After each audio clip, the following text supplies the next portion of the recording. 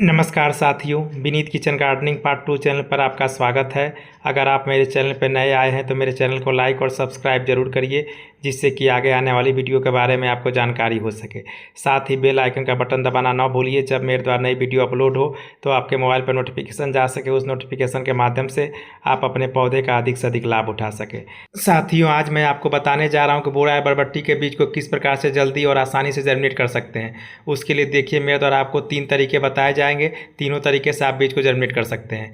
देखिए साथियों, सबसे पहला तरीका है, मेरे द्वारा एक प्लास्टिक का डिब्बा लिया गया है। उसके बाद से आप देख रहे हैं कि मेरे द्वारा टिश्यू पेपर लिया गया है। इस टिश्यू पेपर में ही हम बीज को जर्मिनेट करेंगे। बाजार में आपको आसानी से टिश्यू पेपर मिल जाएगा, उसे ले आकर के आप इसका उपयोग कर सकते हैं। देखिए साथियों, उसके बाद मेरे द्वारा बाजार से बोरा या बरबट्टी का बीज लाया गया है और इस बीज का उपयोग करके हम इसे जर्मिनेट करेंगे।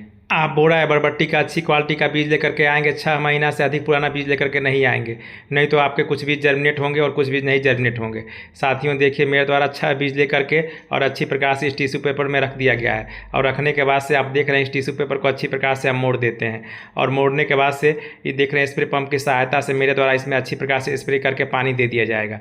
इसके बाद से टिश्यू पेपर में हल्का पानी देंगे, इस प्रकार से पानी देंगे कि आपका जो यह टिश्यू पेपर है वो अच्छी प्रकार से गीला हो जाए। आप इस प्लास्टिक के डिब्बे को बहुत अधिक पानी नहीं देंगे, अधिक पानी देंगे तो आपका बीज जो है सड़ सकता है। साथियों देखिए, उसके बाद से हल्का पानी देने के बाद से मेरे द्वारा आपको दिखाया जा रहा है, इसके डिब्बे को बंद करके और 5 से 7 दिन के लिए किसी छाया वाली स्थान पर रख देंगे।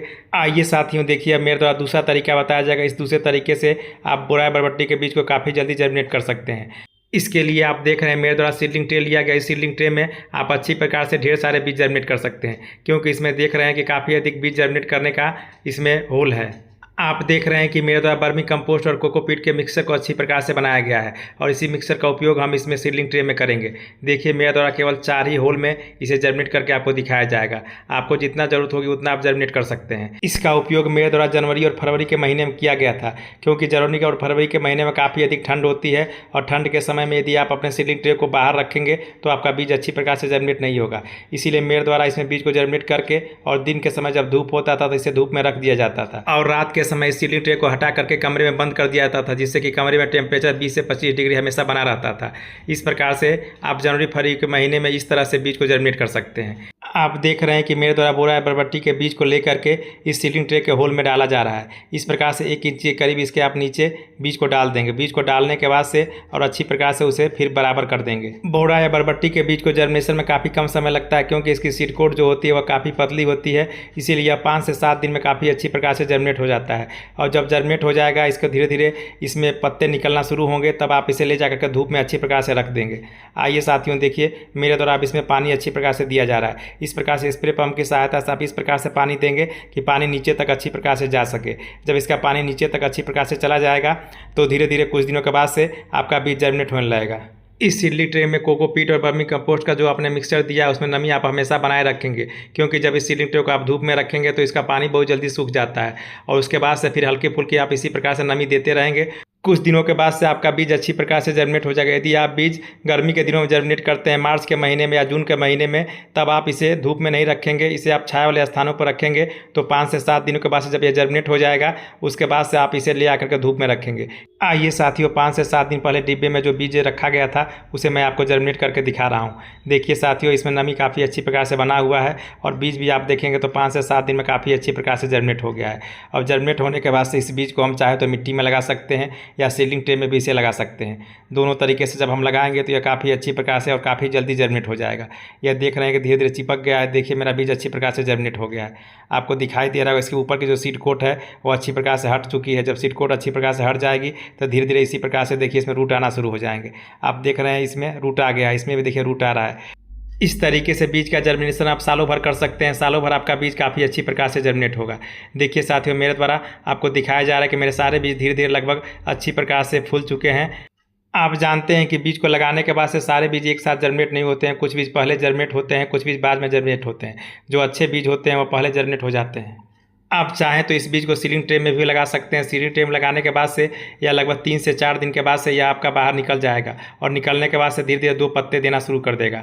इस सीडलिंग ट्रे में कोकोपीट या वर्मी कंपोस्ट के जो आप मिक्सर को डालते हैं उस मिक्सर में काफ़ी अच्छी प्रकार से नमी रहती है, इसीलिए बीज काफ़ी जल्दी जर्मिनेट हो जाता है। इसके अलावा साथियों तीसरे तरीके के रूप में आप सीधे ग्रो बैग में बीज को लगा सकते हैं। देखिए मेरे द्वारा 50% गोबर की खाद और 50% मिट्टी को मिला करके मिक्सर बनाया गया है। इस पार्टिंग मिक्सचर को आप देख रहे हैं अच्छी प्रकार से ग्रो बैग में डाल दिया गया है।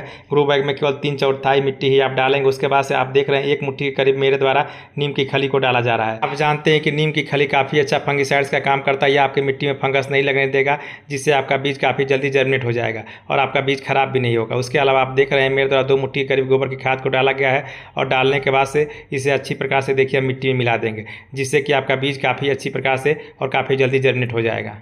आइए साथियों देखिए मेरे द्वारा बोरा या बरबट्टी के बीज को लिया जा रहा है। इसे हम अच्छी प्रकार से ग्रो बैग में लगा देंगे। जब ग्रो बैग में लगाएंगे तो यह 5 से 7 दिन में काफ़ी अच्छी प्रकार से यह जर्मिनेट हो जाएगा। इसका उपयोग हम गर्मी के दिनों में या बरसात के दिनों में जर्मिनेशन के लिए कर सकते हैं।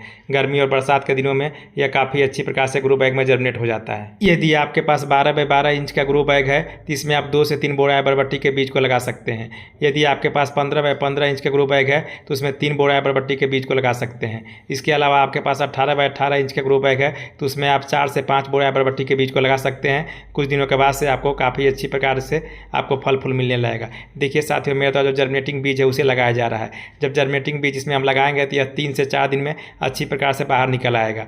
इसके अलावा यदि आप सीधे बीज इसमें लगाएंगे तो उसको जर्मिनेट होने में लगभग 6 से 7 दिन लग जाएंगे। इस प्रकार से आप देख रहे हैं कि मेरे द्वारा इसमें 2 ही बोरा बरबट्टी के बीज को लगाया जा रहा है और यह बीज पहले से आप देख रहे हैं जर्मिनेशन की कगार पर है। बोरा या बरबट्टी के बीज को मिट्टी में डालने के बाद से देखिए मेरे द्वारा इसमें अच्छी प्रकार से पानी दिया जाएगा। पानी आप इस प्रकार से देंगे कि मिट्टी में पूरी अच्छी प्रकार से नमी हो जाए। जब मिट्टी में अच्छी प्रकार से नमी हो जाएगी तो आपका बीज कुछ दिनों के बाद से अपने आप जर्मिनेट होने लगेगा। आप देख रहे हैं कि मेरे द्वारा ग्रो बैग की मिट्टी में काफ़ी कम पानी दिया गया है क्योंकि इसकी मिट्टी पहले से ही गीली थी। आइए साथियों 40 से 45 दिन के बाद से मैं आपको बोरा या बरबट्टी की स्थिति दिखाता हूँ। आप देख रहे हैं मेरा बोरा या बरबट्टी का जो पौधा है वो काफ़ी स्वस्थ है और काफ़ी तेज़ी से बढ़ रहा है। आप जानते हैं कि बोरा या बरबट्टी के पौधे में 50 से 60 दिन के बाद से धीरे धीरे फ्लावरिंग और फ्रूटिंग शुरू हो जाती है। मेरे भी पौधे में अब धीरे धीरे फ्लावरिंग और फ्रूटिंग शुरू हो जाएगी। इससे पहले कभी मेरे द्वारा बोरा बरबट्टी का पौधा लगाया गया है, उसमें फ्लावरिंग और फ्रूटिंग और मेरे द्वारा उससे हार्वेस्टिंग भी की जाती है। साथियों इस प्रकार से मेरे द्वारा वीडियो में बताए गए तरीके से आप बोरा या बरबट्टी के बीज को अच्छी प्रकार से जर्मिनेट कर सकते हैं। इस प्रकार से मेरे द्वारा वीडियो में दी गई जानकारी यदि आपको अच्छी लगे तो इसे अपने दोस्तों में शेयर जरूर करिए, जिससे अधिक से अधिक लोगों को लाभ हो सके। वीडियो देखने के लिए आप सभी को बहुत बहुत धन्यवाद।